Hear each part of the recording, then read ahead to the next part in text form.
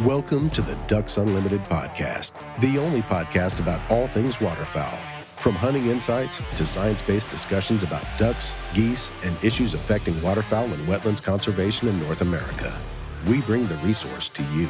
The DU Podcast with your host, Katie Burke. Hi, everyone. It's Katie Burke. I'm excited to be back on the DU podcast. We got a fun show. Today on the show, we have Robbie Smith. Robbie Smith is a North Carolinian. He is a business owner, waterfowler, fly fisher, decoy collector. He's also a board member of the Core Sound Waterfowl Museum and Carolina Decoy Collectors Association. He's founder of the Southern Decoy Collectors Facebook group, and his new role is as sporting arts director at Leland Little Auctions. Robbie, did I get them all? I think you got them all, Katie. It's good to hear from you. How have you been? I'm good. You know, when I was doing research for this, I learned something about you. I've been friends with Robbie for a while now, and I learned that you're an Avett Brothers fan, which I thought was a fun fact. I love the Avett Brothers. Yeah, and they're me great too. So that was a fun little fact I learned today. So before we get into collecting decoys, I kind of wanted to talk about how you got into waterfowling and the outdoors, and kind of how you grew up and how that, you know, and if it was with your parents or that kind of influenced that, or what your story is behind being a waterfowler. Yeah, my biggest influence in really anything outdoors, and this predates being a waterfowler, was with my grandfather and my father. We grew up quail hunting. We would quail hunt every Thanksgiving morning, every Christmas Eve morning, and it was just great family time. And that began probably when I was 10 years old. I've always been a fisherman. We would fish together in ponds and rivers and lakes. And then as I got older, probably into college, I would go duck hunting with my dad. We would duck hunt over at Lake Mattamuskeet, which is Hyde County, North Carolina. I also would go to Core Sound, Currituck area. So when I started looking at these decoys that were made in those areas that I kind of cut my teeth on, so to speak, they just mean a lot to me. Much more than just a piece of wood, much more than a carved duck, but it brings everything to life. Yeah. When did you get your first decoy? Do you remember? Yeah, my first decoy was bought by my wife, and she probably regrets it to this day. We were at a trip right when we got married to Ocracoke, North Carolina, and she bought me a reproduction Lee Dudley decoy. And I had that thing for probably 15 years before I did anything. Well, no, it's probably more like 8 or 9 years before I did anything else. And I used to collect bamboo fly rods, fly fishing reels, but you couldn't really display that. And I had always admired this reproduction Lee Dudley decoy, so I wanted to get more into decoys. So there was a local auction. They were advertising at Ned Burgess Widgeon, which I went and I bought it, and I learned that it was actually made by a guy named Waterfield. And then there was another auction that took place up in Chincoteague, Virginia. I bought some birds there via a friend, and I learned through my mentor, Craigie and Drayson. He said, that bird's reheaded, that's reheaded, that one's been reworked. So, you know, I realized that I struck out several times, but it became passionate to try to find truth and learn more about these things. So I sold all of those decoys, and I bought one really good decoy, and that kind of began the obsession. You know, you hear about people who collecting, and you go through all those, you know, misfires or strikeouts or whatever you want to call them. And so how did you go about like learning from that? Just like if someone is getting into collecting today, what advice would you give with that? Like, mentorship is imperative. I mean, you can go buy every book out there, and until you can meet somebody, look at their decoys, and really any collector will invite you to their house, and they'll say, handle the birds, and do that as much as you can. Anybody who's listening to this is welcome to my house. And every other collector is going to say the same thing, but you have to handle the birds. You need to determine, what does original paint look like and feel like? What does the head attachment to the body, is it correct or not correct? You need to learn how to read x-rays. But basically, you want to build a network of friends that you can count on and you can trust. So how, from that first decoy and those first mistakes, has your collecting philosophy changed? Like, are you still going after the same things that you thought you were going to go after in the beginning, or have you kind of switched gears? Well, I tell you, when I first started, I wanted everything from Core Sound, and I wanted to build a significant Core Sound auction. I'm sorry, significant Core Sound collection. And then my focus changed to Currituck County. And then I wanted birds from Ocracoke. So I've always been a regional collector of North Carolina decoys, but my focus has changed a little bit. And at one time I wanted to buy a representative of every carver out there. And I had a collection of roughly 300 decoys. And basically what happened there is my wife became unhappy. We had clutter everywhere.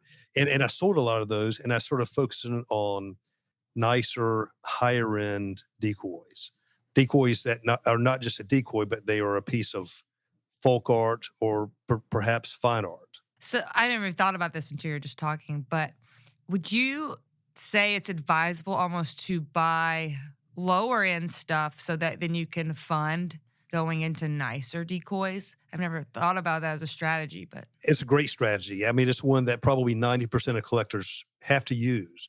And then if you get enough birds, you can allow your collection to work for you, meaning you can sell 10 decoys and buy one. I'm trying to strategize that right now as we speak. There's a decoy I have my eye on, and I'm trying to think, well, what do I need to sell to buy that one decoy? And I think I've got it figured out. But if you can allow your decoy collection to work for you, it will be good, because not only will it help you buy a better decoy, but it allows you to meet new friends. Because in collecting, the friendships that you make are important as the decoys. And I'm talking about friends from guys that collect decoys that are worth $100 to decoys that are worth $100,000. All of those friends make this decoy collecting journey, a wonderful, wonderful experience. Oh, I agree with that. And what thought of that? Like, how you mentioned Croggy and Drayson, but how has mentorships, how has it influenced your collecting? And then what has it really meant beyond collecting to you? Well, for Croggy, and I have other mentors as well, but specifically for Croggy, he has kept me out of trouble. He has told me, do not buy that bird. That bird has had too much work, too much rework. And sometimes you get so excited about a decoy, you're like, man, I finally found a Mitchell Fulcher decoy. And you start really peeling the layers of the onion back, and you realize it's not all that. So Croggy has kept me out of trouble. He's kept me on the right path. There have been times I've not taken his advice, and I've regretted it. I'm a slow learner, but I'm getting there. So is your favorite carver James Best? He is. James Best is by far my favorite carver. So what is it about his work that you like? I know, is it like the sculptural part of his decoys, or is it the carver himself and his story? What is it about him? I think it's a little bit of everything. So James Best was not a waterfowler. He did not hunt ducks. He made decoys and gave them away as gifts to friends. So there's not a ton of them out there. But he was perhaps the finest sculptural artist from the Southeast, and he just happened to make duck decoys. If you walk into a room, there could be 50 decoys in the room, and if there's a James Best in there, it will pop out every time. I just love it. It's just pure grace, pure sculpture. It's wonderful. Yeah, there's nothing really like them. So when you're I know you do North Carolina decoys, but is it the form of the decoy that you are more attracted to, or is it sometimes the story of the carver? It's both. Like Malachi Waterfield, he was a Civil War era carver, and he was just somewhat of a rebel. I mean, he loved to fight, and there was a period, especially during the Civil War, where some Yankee soldiers would come in and they would pillage the farms, they would kill the livestock, take whatever they could take, and they tried to do this to Malachi Waterfield, and he shot it out with him. He killed 3 guys. He was wounded himself, but escaped in a sail skiff down a creek and lived a great life. But that's the kind of guys man, I've got to have a decoy by Malachi Waterfield. Ned Burgess, I love his paint style. His puddle ducks have a wonderful Art Deco paint application to them. Mitchell Fulcher, he's one of the few carvers from North Carolina who could not only carve, but he could also paint. James Best, he was just pure sculpture, pure grace. And then everyone knows of Lee Dudley. I mean, that's probably the most expensive, difficult to find decoy from North Carolina. And they're iconic on an international level. Yeah, thinking of that. So, like in the last, 10 to 5 years, North Carolina decoys have really jumped on the market. And what do you think that interest is, and why have they gone up so much lately? Well, there are a few catalysts here that I think have helped. You have the Core Sound Decoy Carvers Guild in Harkers Island. They promote not only the history, but they also promote the continuing of the craft. So it gets people interested in wooden decoys. You have the Core Sound Museum, Waterfield Museum and Heritage Center. They do a great job of honoring decoy carvers from North Carolina. You have the Southern Decoy Facebook page. We have 4,500 active members. You have almost 5,000 members now. I haven't even looked. Yeah, I So looked yesterday. It's at like 4,800. that's great. And most of those people are active. And to become a member, you have to ask to be a member. You just don't, you have to ask and you have to be accepted. And the majority, it's like 93% of the people are active, meaning they like images, they comment about things. And I think that's been a big deal. But we have a community here that has really wanted to help people provide mentorship. And Croggy's book Gunning Birds was a big success there because it provided a reference library to carvers that would have otherwise gone unknown. Yeah, speaking of your Facebook group, I want to talk about it because it's really the only one out there like that that's as active, and it's not just Southern collectors as well. It's all over. So you and did Chandler Sawyer start that with you? So I started by myself, and I did it for selfish reasons because I live in this little landlocked town called Waxhaw, North Carolina, and I wanted to meet people. I wanted to find mentors, and I wanted to use that as a way to find decoys. And it turned out to become something much bigger than I ever dreamed of. I mean, we have Joe Tonelli, who, he's active. We have Tom Bosworth, he's active. And these are big names in decoy collectors. And they are themselves bringing greater value to the community than I ever could have. So at this point, the machine is almost driving itself.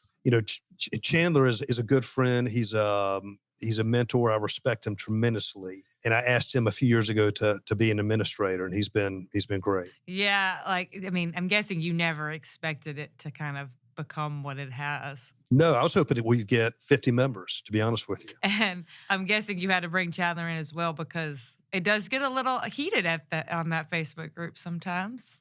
It does. It almost did today. I had to walk away. So do you just let it go, or do you have to step in at all, or just kind of let it kind of play itself out? Yeah, if people start cussing and disrespecting people, then I will mute people for 2 or 3 days. Okay. And then if they keep doing it, then I'll kick them off. I'm guessing that doesn't happen too often. Yeah, it once every 3 or 4 months, somebody will get kicked off. Once a month, somebody will get muted, or they'll get a little nastygram message off the side. So that's a warning for all those people out there. Behave on the Facebook group. Yeah, people can't sell things there. They can't advertise things. They can try to promote a decoy that they're trying to sell, but we don't want large format ads. We just want this to be a comfortable place where people can share, I don't care if it's a three-headed $10 decoy or if it's a $10,000 decoy that's just the greatest thing that's ever been made. We want everybody to share something up there. And it's been fun. It's been a great I've also community. noticed carvers have gotten a good use out of it as well, which they don't really have that opportunity always to put their stuff out there. Yeah. And to be honest with you, we need to do a better job of promoting those guys. Same. I need to do a better job as well. Oh, I didn't know this about you. I learned today. You produced the Core Values documentary. Yep. So when did you do that? I didn't know about it until today. So this is another funny story. So probably, I'm going to guess we did this 4 years ago.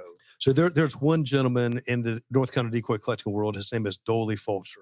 And this guy, he is just a treasure trove of knowledge and information. And when he walks in a room and starts talking, everybody listens.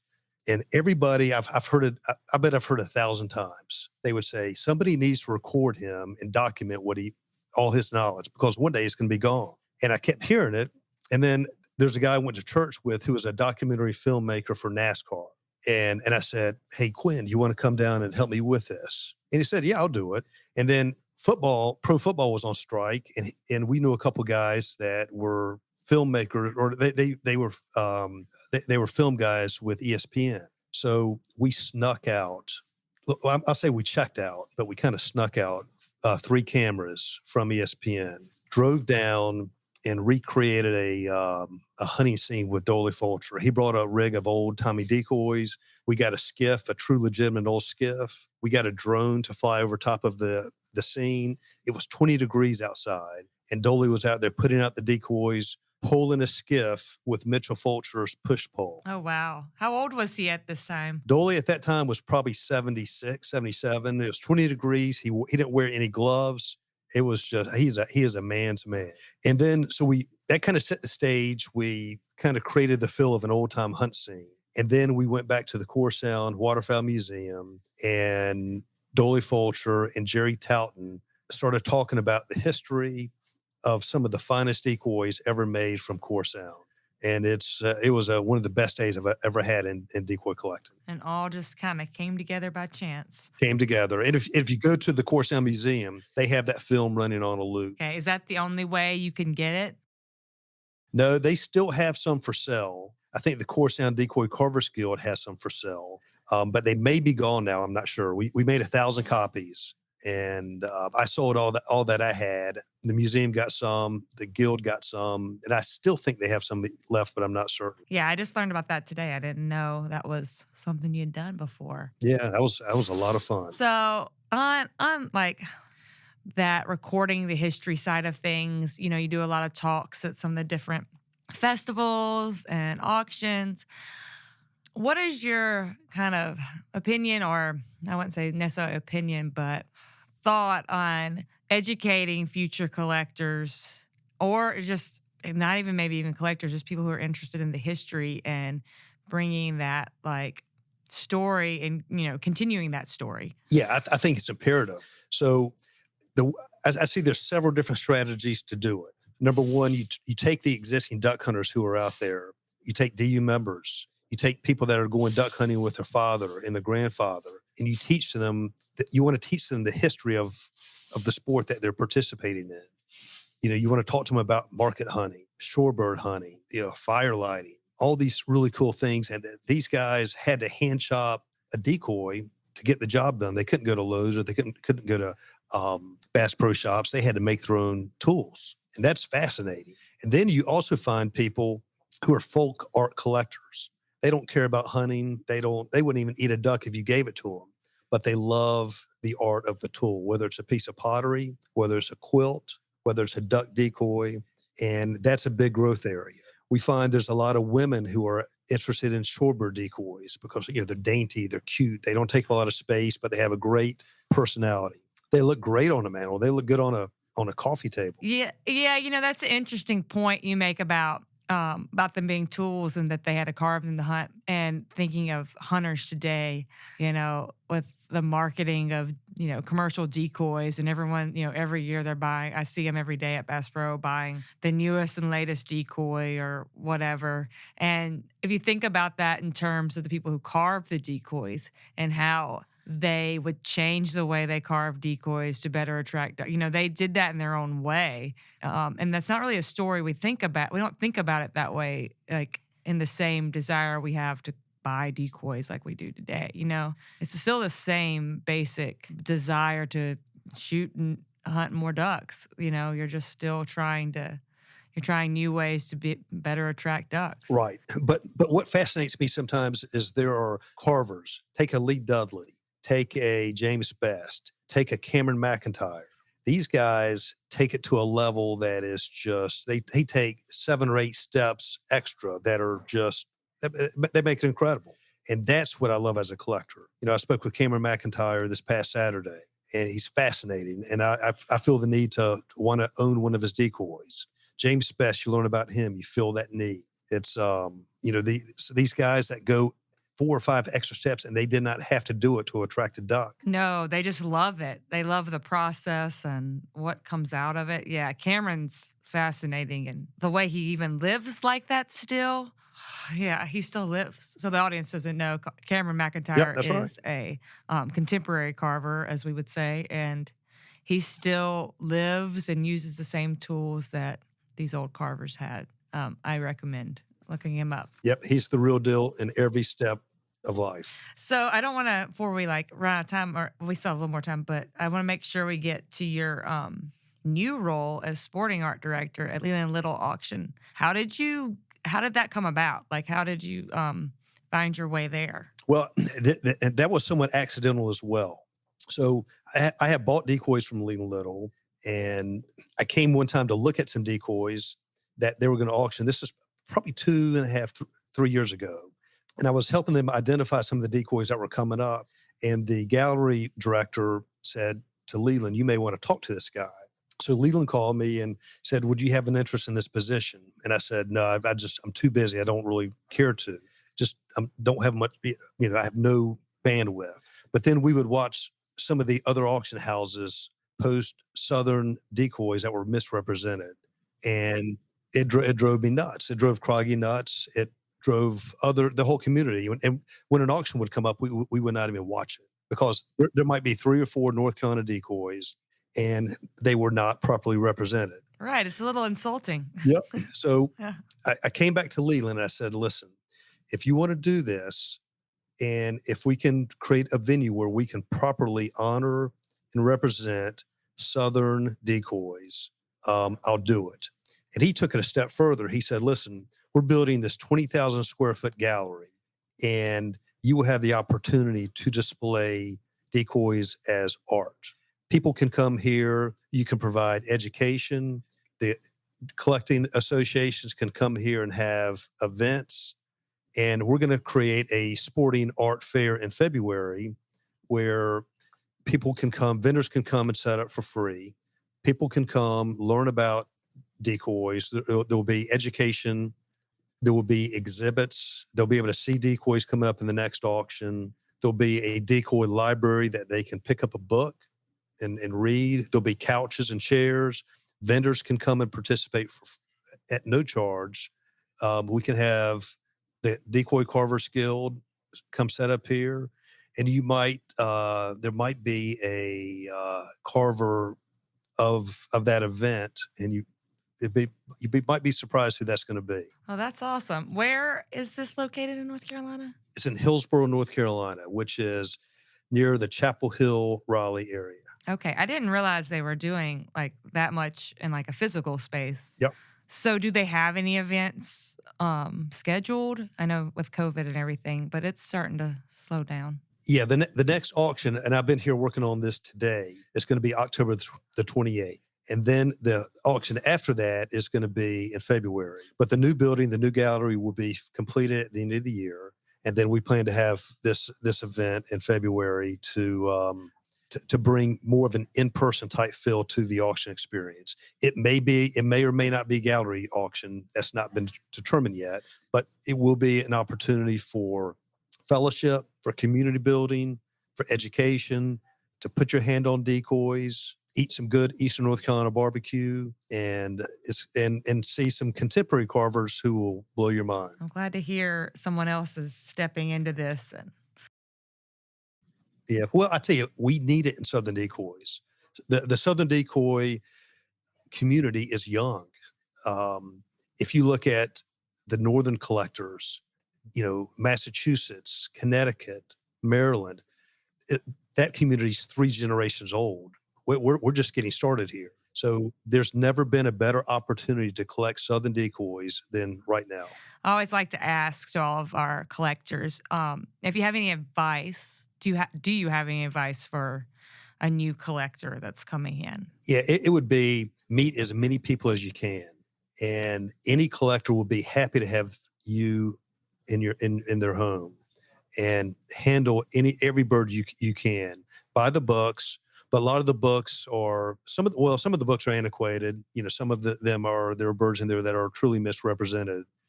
But as you get to know people, know collections, know decoys, you'll know which birds are correctly identified in the books and which ones are not. But meet as many people. And I told my dad recently, I said, when I first started collecting decoys, it was about the ducks, it was about the birds, it was about the decoys. But now it's more about the friendships and the experiences. I've been hunting in some incredible places with these friends. I've been fishing with them.